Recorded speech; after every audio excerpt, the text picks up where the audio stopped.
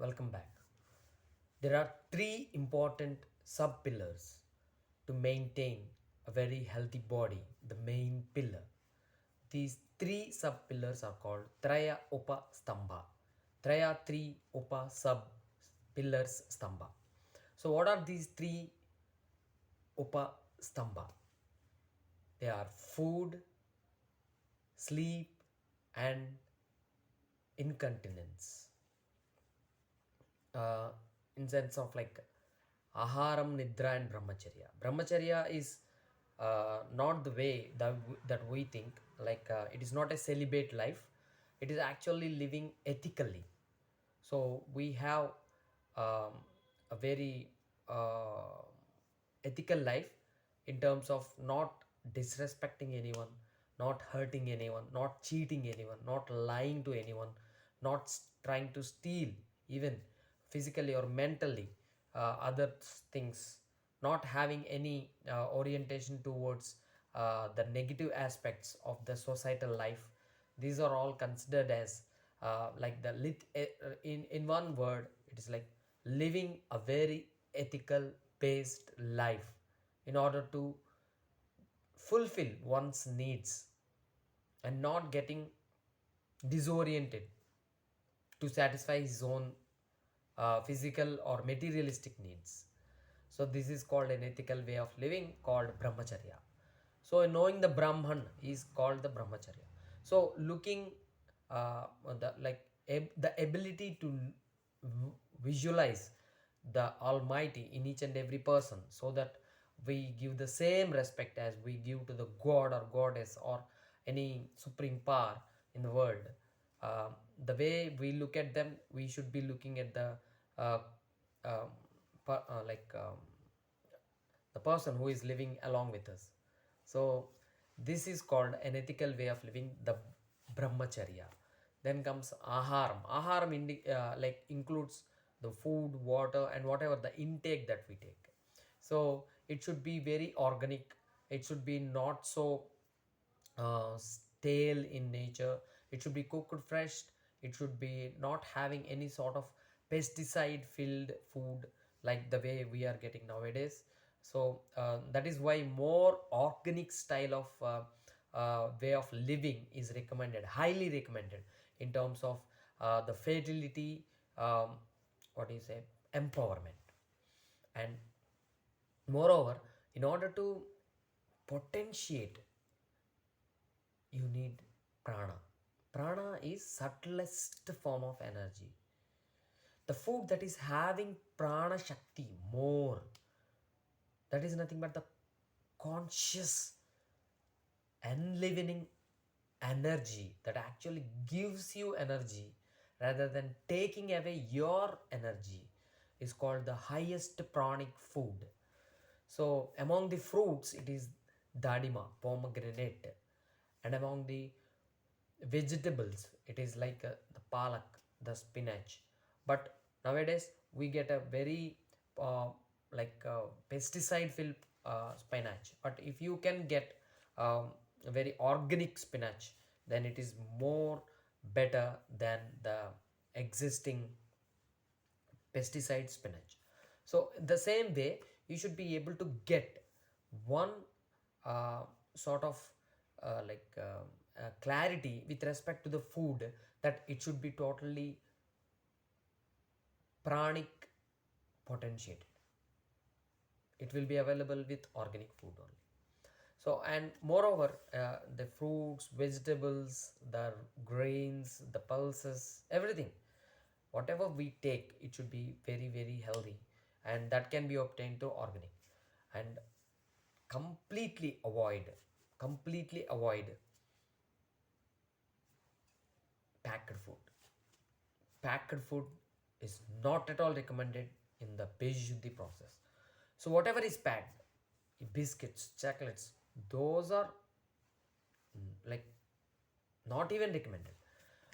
I'm not talking about those foods. I'm talking about the foods that are actually packed, like half cooked, instant biryani, instant pongal, instant upma, instant khichdi, instant idli, instant roti, anything that is instant, instantly throw it.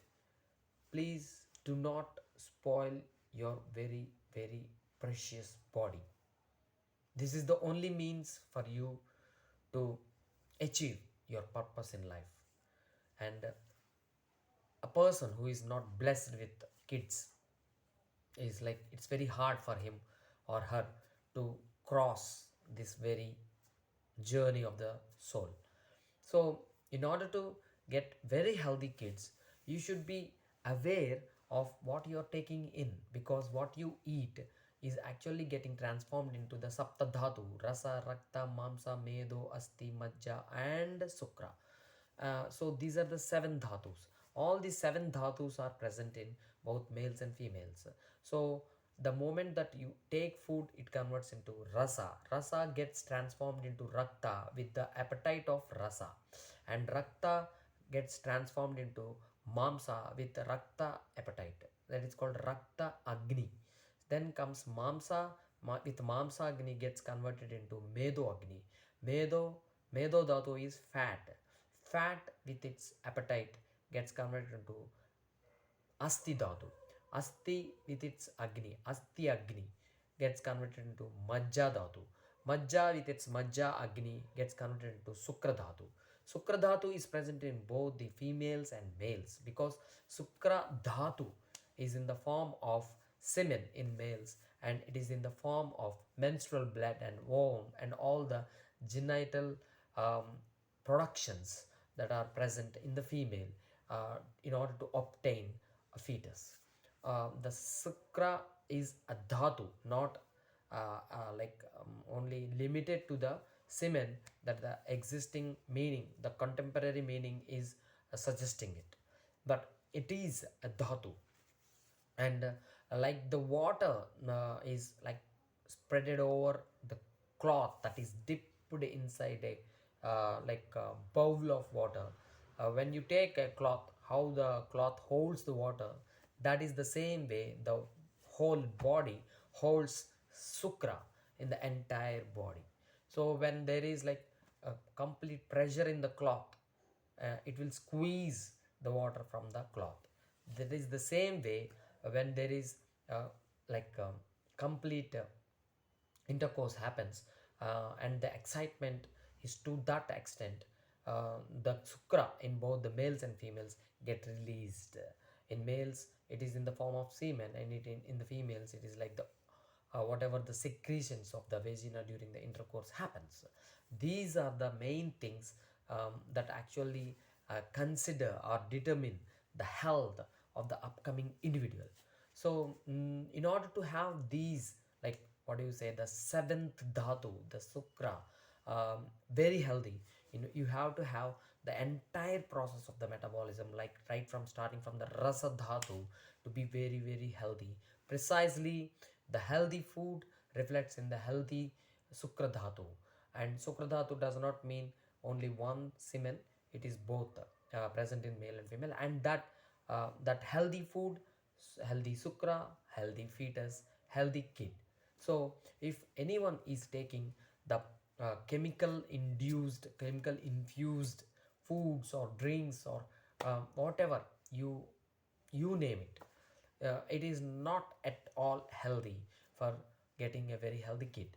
And most of the studies has shown that those who are on like a sedentary lifestyle, they do not move from their places, and they do not have any physical activity, and they are only mentally using their abilities, they actually do not have a very healthy offspring. In some cases there are like chances very strong infertility persists in them. And the couch potatoes, it's very hard for them to get kids if they don't leave their habits and try to change their lifestyle. And most significantly, sleep comes as the second step. But in order to get a very good sleep, you have to eat very healthy on time. And as you all or might be aware of this intermittent fasting, like you will be taking late breakfast and early dinner, like 6 o'clock you'll be having the dinner, and around 9 to 10 you will be having the breakfast. It will be the period that you're not having the food will be more, and there will be lot of detoxification happening in this intermittent fasting.